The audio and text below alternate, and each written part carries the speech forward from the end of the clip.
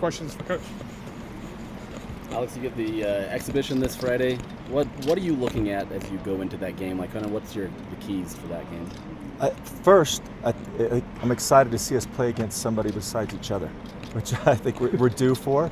And I'm excited to just see different combinations of our guys together, because I think they're getting a feel for each other still, and same, as coaches, we're doing the same thing, trying to get a feel for it all, because it takes time because we're all new. So I think that'll be a good step in that direction. Establishing culture is such a big thing in college sports in general. Just what are you trying? What identity, culture, brand are you trying to build in these initial couple weeks? I think kind of like the culture that's kind of historically been here. I think just in Utah basketball in general, the Jazz, as well as overachieving guys that play hard. That's what's great about Utah. I mean, the state of Utah fans. Like, if you get a good effort, you don't win it all, they're still in your corner. So I think it's just the culture of, the phrase I've been using with them is next play. You're on a run. You're not on a run. Just keep hammering away and hold the course. These two exhibition games for you, these are a couple of teams that have made the NCAAs in the last couple of years. How can that level of competition just help your guys as you're kind of getting ready for the season?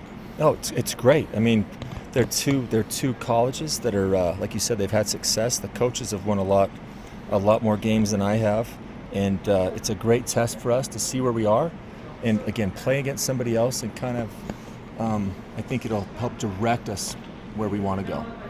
I'm excited for them. What defines success for you this season? Obviously, you don't win every game, but beyond that, what's a successful season in your first year? I think success is, we build the culture and we get better.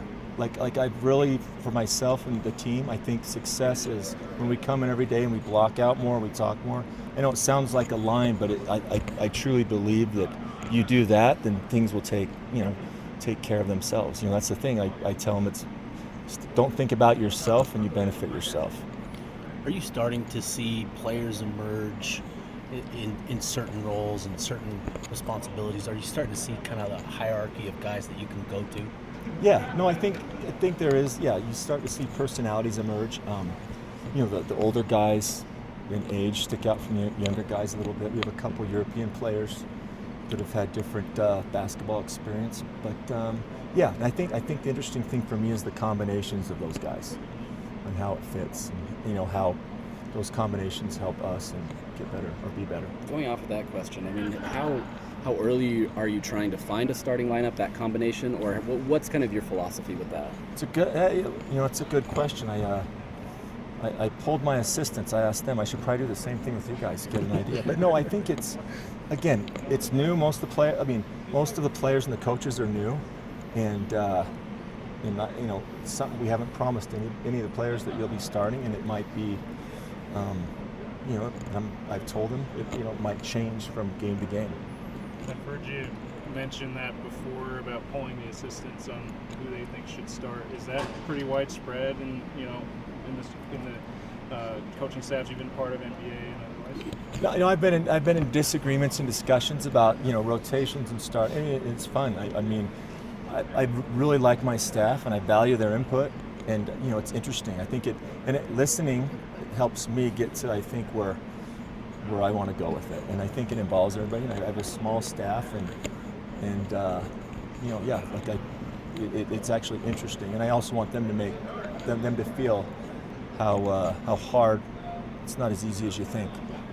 This roster's not extremely, it's not a very tall roster to a certain extent. Is that something that you're going to use as your an advantage heading into the season, knowing that you guys will be kind of smaller, but you have that athleticism to kind of counteract it? Yeah, no, we're not. We're a little on the small side, especially with the injury to Baba, and you pivot, and we'll have to use our strengths, and we'll have to make up for that lack of size with toughness and being a little bit smarter, and that provides opportunities to some younger guys. But that's another thing that I think these exhibition games will give us a feel for, because just looking at Reno, I know they're older and I think generally bigger, which is going to be the case a lot of the time this year. But I think we'll have to find little nuances to get advantage. Coach, for the fans who aren't too familiar with the team, obviously a lot of new players are coming in. Would you give a couple names that fans you think should look out for at the beginning of the season? Well, it's a good question. You know what? I will say this. I say this about the staff. Like myself and my staff, we chose to come here. Like we wanted to come, and I think that's the case with the guys that we have here, which is, just looking at it on the surface doesn't seem like a big deal, but it is. But no, every day, the older guys, we have James Okonkwo, like our seniors. Bob is hurt. I think it's a fun group. And we have the docu-series on YouTube, which we're trying to, introduce them to. But I think we have Terrence Brown, we have Ja'Kai Howard. Like it's going to be fun for me to see them come together. I think it'd be fun for the fans too, because in the 3-4 months we've had them, they've gotten better. Any other questions for Coach? Thanks, Coach. Thanks, Coach.